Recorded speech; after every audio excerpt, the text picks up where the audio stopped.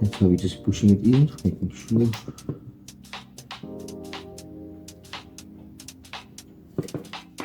Okay, so let's put the rubber in this cover thing.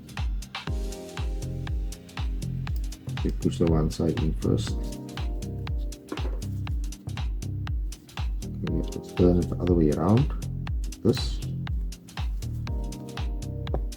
That's in there. This is really good before it comes.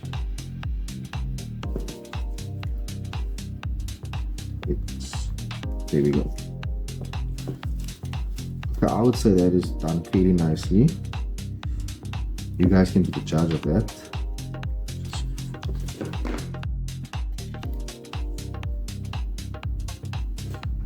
You guys can tell me that looks very decent and everything is looking good over there. So now the last thing to do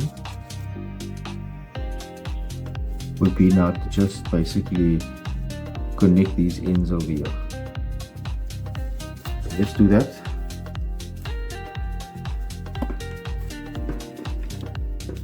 So we know this over here is obviously the head. Now here's what you must not forget, is your covers. Basically heat shrink. So this will be for the head.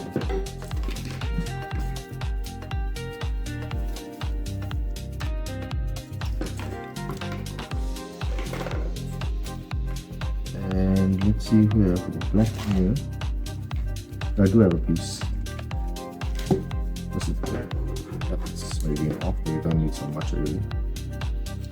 Never waste. Okay. So now let us get to it. So what we're going to do now is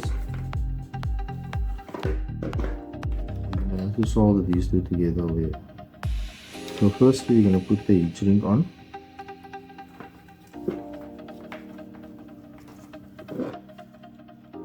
And then what we can do is we can throw on these wires over here.